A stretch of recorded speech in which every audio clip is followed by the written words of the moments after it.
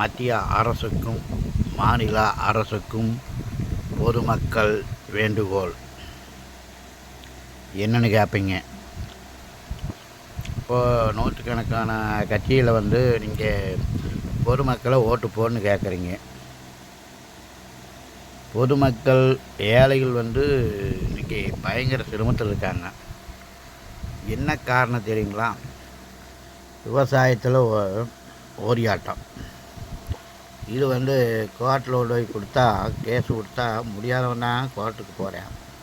அப்போ கோர்ட்டுக்கு போனால் நீதிமன்றத்தில் வாய்தா இப்படி பல வருடங்கள் பண்ணலாம்.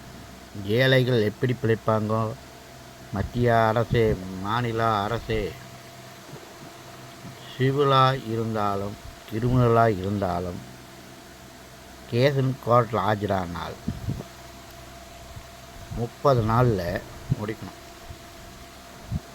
30 நாள் ஒரு அரசாங்கம் பார்த்து செஞ்சால் முடிக்க முடியாதா? ஏன் இந்த மத்திய அரசாங்கமும் மாநில அரசாங்கமும் இந்த சிவில் கிரிமினல் 3 மாதத்தில் முடிக்கிற மாதிரி பண்ணணும். சொல்லணுன்னா 3 மாதத்துக்கு மேலே வாய்தா கேட்டாங்கன்னா, கொடுத்தவங்க கேட்டாலும் சரி, வாதி கேட்டாலும் சரி, ஒரு இடம் சுமார் அதனுடைய மதிப்பு சுமார் உங்களுக்கு கவர்மெண்ட் மதிப்புக்கு ஒரு இடம் ஒரு 1000 ரூபா சென்ட்டுன்னு வச்சுங்க வருது. அப்படின்னா ஒரு சென்ட்டுக்கு 1000 ரூபா அப்படின்னா நீங்கள் கவர்மெண்ட் என்ன பண்ணணும்? வாய்தா யார் கேட்குறாங்களோ இந்த மாதம் 1000 ரூபா ஃபைன் கட்ட சொல்லிடுறாங்க. அதே மாதிரி அடுத்த மாதம் கேட்டாங்கன்னா, அதே வாட்டி கேட்டாங்கன்னா 2000 ரூபா. அதே அடுத்த மாதம் கேட்டால் 4000 ரூபா. இந்த பணம் இந்த 4000 ரூபா வருதுன்னு வச்சுங்க. அப்போ வாய்தா கேட்காதனுக்கும் பாதி, கோர்ட்டுக்கு பாதி, அரசாங்கத்துக்கு பாதி. அப்போது அந்த வாய்தா கேட்கறது விட்டுருவாங்க. இது என்னாச்சுங்களா? இந்த அரசாங்க அதிகாரிகள் பாருங்கள், எனக்கு நடந்த சம்பவமுங்க. கோர்ட்டில் மேப்பு போகிற நீதிமன்றத்தில் சரியாக வழங்கிட்டாங்களுங்க. கோர்ட் மேப் போடக்கூடியவன் நம்ம மணியாரர் இவங்க தாலுக்கா சர்வீரெல்லாம் அளக்க வரவருக்கு என்ன சொல்கிறாங்கன்னா, மேப் மாற்றி போட்டான்னு சொல்கிறாங்க. நாங்கள் வேறு ஒருத்தர்களெல்லாம் விசாரித்தா மேப்பெல்லாம் கரெக்டாக தான் இருக்குது அப்படின்னு சொல்கிறாங்க. ஆனால் மேப்பை மாற்றி போட்டாங்க.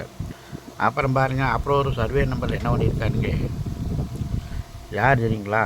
பூசாரி நான் பேசுகிறது சுபசாமிங்க, பச்சாவளையம் கிராமங்க,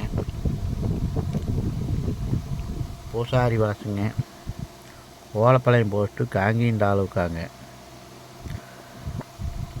திருப்பூர் மாவட்டம். இந்த காங்கேயங்கோட்டில் இந்த வெண்ணிலாங்கிற பொம்பளை என்ன பண்ணா தெரியுங்களா? அளக்குவார் மாதிரி என்னுடைய வாரிக்கு ஒரு பங்குக்காரன், ஒரு பங்குக்காரனுக்கு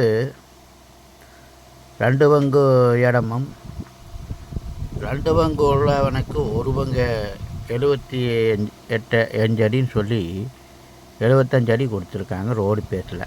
இப்படியெல்லாம் ஒரு வெண்ணிலாங்கிற ஒரு காங்கேயங்கோட்டில் வேலை செஞ்ச வெண்ணிலா அம்மையினராக இப்படியெல்லாம் ஒரு சர்வே பண்ணி கொடுத்துருக்காங்க. இப்படி நீதிமன்றத்தில் பொதுவோடு பிரித்து சொன்னாங்க. இவங்க அந்த காட்டை நான் எப்போ அத்தனை காட்டை அளக்கிறது அப்படின்னு சொல்லி அவங்ககிட்ட என்னுடைய வாரியட்ட லஞ்சத்தை வாங்கிட்டு இந்த அரசியல் செல்வாக்கு வச்சு பண்ணி என்னை ஏழைகளை கொடுமைப்படுத்திக்கிட்டு இருக்காங்க. இதுக்கு நீதிமன்றத்திலையும் மத்திய அரசுலேயும் வக்கீல் இல்லாமல் பொதுமக்களே நேரில் ஆஜராக வேணும். ஏன்னா வக்கீல் வர சொல்கிறீங்க நீதிமன்றத்தில். வக்கீல் வச்சா இந்த கேஸு 2010 ஓட்டுறது பாகப்பிரவணைக்கு. இந்த பாகப்பிரவணைக்கு காங்கேயங்கோட்டில் 2010 ஓட்டு, 2023 தான் இந்த பாகத்தை அப்போ இன்னும் சமையாக பிரித்த மாடு இல்லை, ஓரியாட்டத்துலேயே இருக்குது. இப்படி சொல்லுங்கள், ஏன் இப்படி சொல்லுங்கள், இதுக்கு வழி சொல்லுங்கள். நீதிமன்றத்தை பணிவுடன் கேட்குறேன். மத்திய சர்க்காரையும் பணிவுடன் கேட்குறேன், மாநில சர்க்காரையும் பணிவுடன் கேட்குறேன். அப்போ அந்த சிவில் கிரிமினல் எதுக்கு இத்தனை நாள் இழுக்கிறீங்க? ஏழைகள் என்ன பண்ணுவோம் சொல்லுங்கள்? பணக்காரர் 10 ஏக்கரா பண்ணைக்காரர் 1 ஏக்கரா பண்ணைக்காரன் போய் சண்டை கட்டினா என்ன பண்ண முடியும்? அப்போ இது நீதி எப்படி ஏழைகளுக்கு வழங்கணும்னு சொல்லிடுறீங்க? ஓட்டு கேட்குறீங்க, ரைட்டாக அது சொல்ல வரல.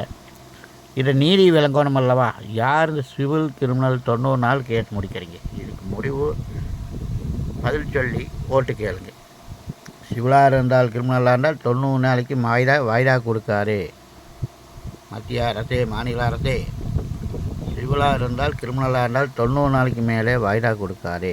பணிவுடன் கேட்கிறேன் மத்திய அரசாங்கத்தையும் மாநில அரசாங்கத்தையும் நீதிமன்றத்தையும் பணிவுடன் கேட்குறேன். இந்த வக்கீல் வச்சு இத்தனை நாள் வாய்தா போட்டு இப்படியெல்லாம் ஏமாற்றும் பிராடுமா நடந்து கொண்டு இருக்குது. இந்த மத்திய அரசும் நீங்கள் மாநில அரசும் ஏன் இதையெல்லாம் கண்டுக்கவில்லை சொல்லுங்கள்? பொதுமக்கள், அப்பாவி மக்கள் தானே கொடுமைப்படுறாங்க. ஏழை மக்கள் கொடுமைப்பட்டுக்கிட்டு இருக்கிறோம்.